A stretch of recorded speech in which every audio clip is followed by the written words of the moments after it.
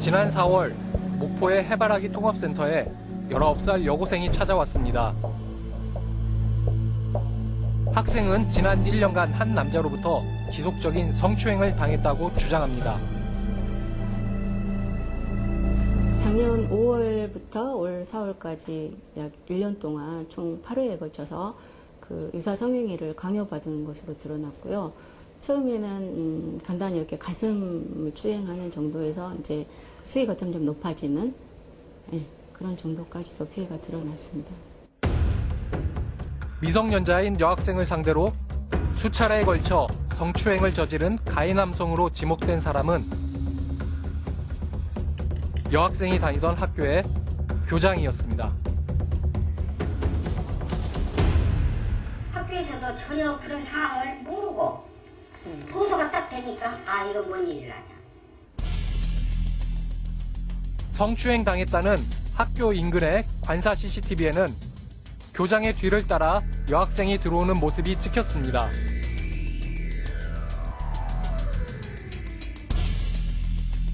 이날 여학생은 8번째 성추행을 당했다고 합니다. 그러나 교장은 성추행 혐의를 부인하고 있습니다. 혐의 인정하시나요? 선생님. 선생님, 그 해당 학생에게 미안하시거나 그런 감정 없으세요? 선생님 있으면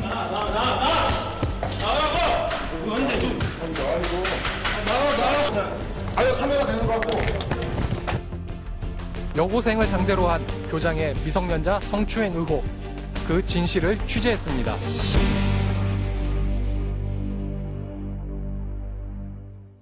늦은 밤, 교장이 여학생을 관사로 불러 성추행했다는 의혹이 있고 경찰은 유력한 증거까지 입수했습니다. 하지만 법원은 교장의 사전 구속영장을 기각했고 기소 여부마저 불투명해지면서 교장을 처벌할 길이 없는 것 아니냐는 분석까지 나오고 있습니다. 가해자로 지목된 교장이 미성년자인 여고생을 성추행했다 해도 처벌을 피할 수 있는 이유는 무엇일까요? 전라남도에 위치한 한 고등학교. 학생 수 130명이 조금 넘는 작은 학교에서 믿기 힘든 사건이 일어났습니다.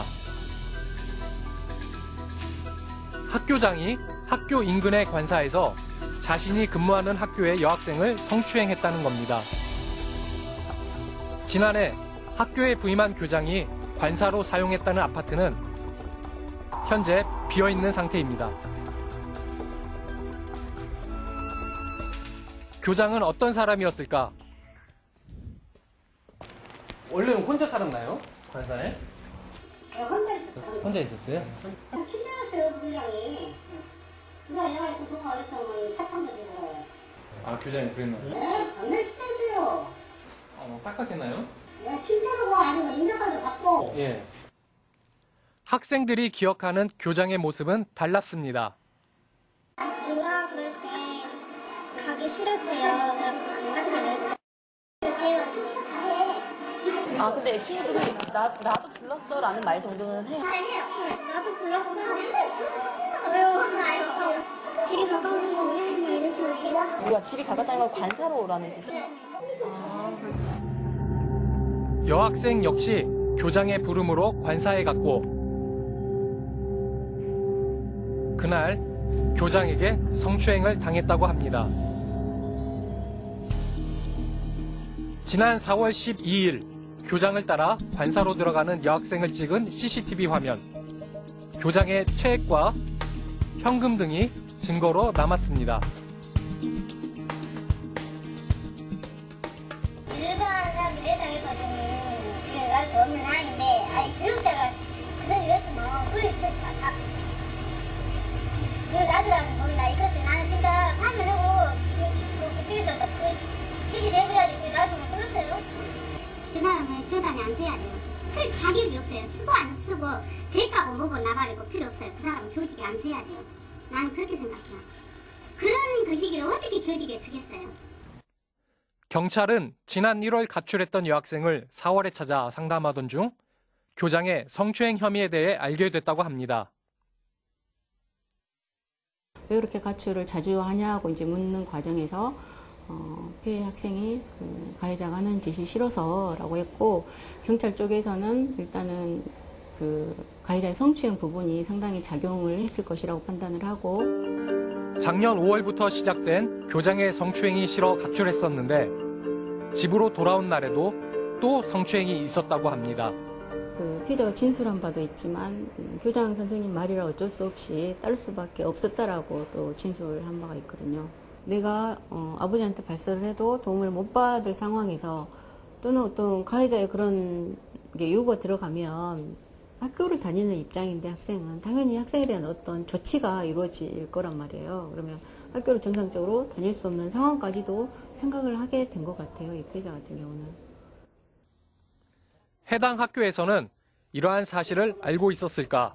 대표하고에서 학교에서도 전혀 그런 상황을 모르고 보도가 딱 되니까 이건 뭔 일이라냐. 자리를 비웠을 거 아닙니까? 교장이 이렇게 그 기간 동안 조사를 받으려면, 네. 조사를 꾸미려면은 네. 경찰서로 이동하고. 네. 그것을 들으니까 교장선생님이 한 며칠 병가를 냈습니다. 그 사이에요? 네. 병가를 냈어요. 시점이 4월이었습니까? 5월? 4월 한 20일경 될 겁니다. 경찰 수사가 시작되고 교장 역시 조사를 받았지만 학교에서는 알지 못했다고 합니다. 제가 나중에 들은 이야기입니다만은 경찰에서 수사가 이제 들어갔던 모양이더라고요. 근데 수사하면 수사 통보를 하는 모양이래요. 예. 근데 저희들은 저희한테 이야기 안 해주고 한마디도 안 해주고. 학교로는요? 그러죠. 도교청에다 한마디래요. 교육 공무원에 대한 수사가 개시될 경우 경찰은 해당 상급기관에 수사에 착수했음을 알려야 합니다. 지난 4월 해당 교육청은 경찰의 수사 개시 통보를 받았지만 교장에 대한 아무런 조치를 취하지 않았다고 합니다. 아마 이것이 혐의가 있는지 없는지 확정이 안 된 상태에서 공개가 될 것이고, 그렇다면 그 학교에 교육활동에 지장이 있을 것이고, 그렇게 되면 교장 선생님에 대해서 수사가 진행되고 있는 상황인데 여론도 그대로 이렇게 교장 선생님 직무를 수행할 수 없을 것으로 판단이 돼서 이런 보안을 유지하고 있었던 것입니다. 경찰 수사는 4월 13일 학생이 피해 진술을 한 이후 시작됐습니다. 하지만 도교육청은 2달이 지난 6월 언론 보도 후에야 교장을 직위 해제했습니다. 언론 보도가 없었다면 예. 더 늦춰졌었겠네요. 교장에 대한 인사조치는 더 늦게. 그랬을 수도 있지요. 그러나 경찰에서 수사 개시 결과 통보가 왔다 한다면 바로 그런 조치는 후속적으로 따랐으리라고 생각을 합니다. 게다가 교장에 대한 구속영장은 기각되었고 사건 발생 4개월이 다 되어가도록 처벌은 이루어지지 않고 있습니다.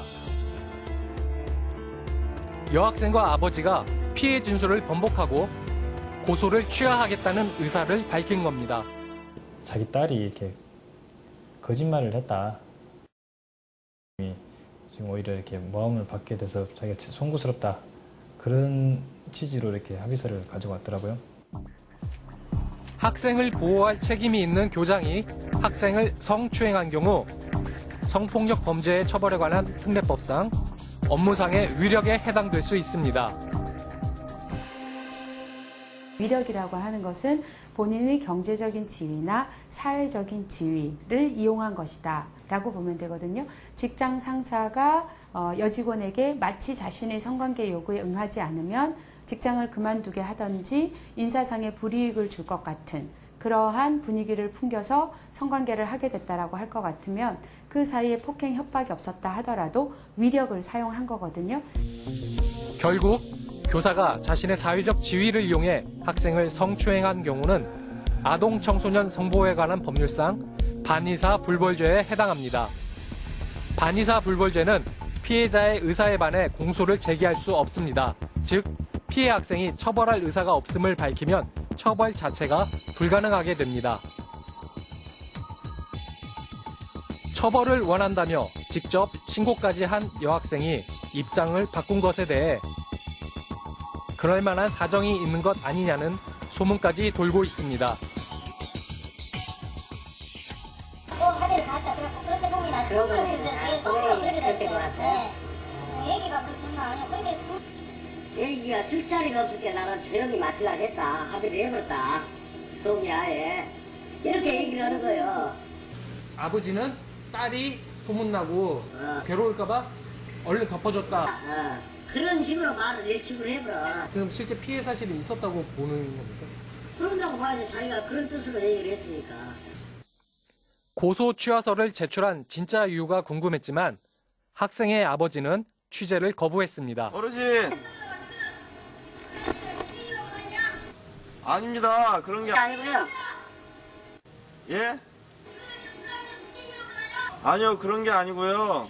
실제 미성년자의 경우에는 자기 자발적인 의사에 의해서 가해자에 대한 처벌 의사를 철회하는 경우보다는 미성년자의 법정 대리인이라든지 친권자의 입김에 따라서 합의를 해주고 하는 경우가 많기 때문에 부모가 합의해줘라 라고 하는데 미성년자가 부모의 뜻에 거슬러서 성폭력 피해자인 미성년자가 나는 처벌하고 싶다라고 얘기하는 게 상당히 어려운 측면이 있거든요. 그런 현황에 비추어 봤을 때에는 미성년자에 대해서는 반의사 불벌죄 규정도 폐지를 하는 것이 좀 더 맞다라고 보여집니다.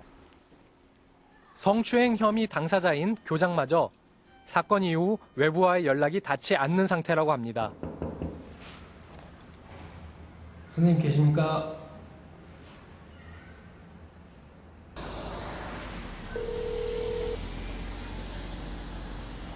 연결이 되지 않아 비 소리 후 소리샘 퀵보이스로 연결되오며 사건의 진실을 알고 있는 학생은 어떻게 지내고 있을까? 출석 일수 부족으로 학교는 학생을 자퇴 처리했고 또다시 가출 상태라고 합니다. 그때부터 1월 4일부터 가출해가지고 쉽게 얘기해서 4월 12일 날 학교 처음 나온 겁니다. 어떻게 해서 나왔냐 하면은 이게 1, 2, 3개월 하고 4월 12일 하면 한 석 달, 한 보름 만에 학교를 처음 나온 것입니다. 그 학생이. 2학년 때까지는 그럼 뭐 가출하거나 네, 그런 건 없었습니다. 네. 그러면 지금 혹시 그 피해 학생이 좀 어떻게 지내고 있는지나 전혀 모릅니다. 연락도 안 되고 예. 뭐 연락할 필요성도 없었었고. 주민들은 미성년자를 상대로 한 범죄가 이대로 묻히지는 않을까 불안하다고 합니다. 뭐 탄원을 한다든지 당연히 생각해 사람이 죄를 지면 벌을 받아야 하는데 그 벌을 안 받는다 하면 우리 국민이나 우리 농민들 이해가 안 된다는 거죠. 어떻게든 그 사람들은 그 대가를 받아야 된다고 생각합니다. 지난 7월 29일 전남도교육청은 교장에 대한 징계위원회를 열었습니다. 징계위원회에서 교장은 성추행 혐의에 대해 부인했다고 합니다. 혐의 사실 인정하시나요? 선생님, 그 혐의 사실에 대해서 부정하시는 겁니까?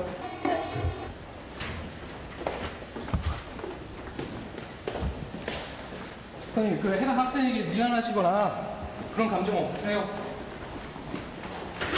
좀 말씀 부탁드릴게요. 제가 해당 학생이 아직도 갇혀 있었는데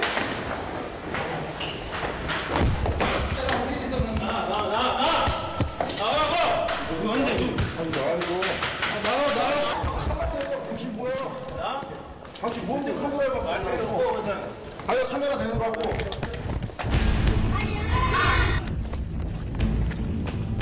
자신의 결백을 강력히 주장하는 교장은 사건의 진실에 대해서 끝내 입을 다물었습니다. 교장의 성추행 의혹 사건 이후에도 우리는 그간 학교에서 일어나는 크고 작은 성폭력 사건들을 봐왔습니다. 그러나 학교에서 일어나는 사건의 특성상 외부로 알려지기가 쉽지 않고 가해자인 교사가 징계를 받는다 해도 징계가 끝나면 아무 일 없었다는 듯 다시 교단에 서는 경우가 대부분이라고 합니다. 징계를 통해 면죄부를 받는 성폭력 교사들을 취재했습니다. 인천의 한 초등학교 앞이 아이들로 북적입니다. 아이들이 모두 학교에 가는 이 시간. 저학년의 한 학급 전원이 등교를 거부해 이날 학교에 나오지 않았습니다.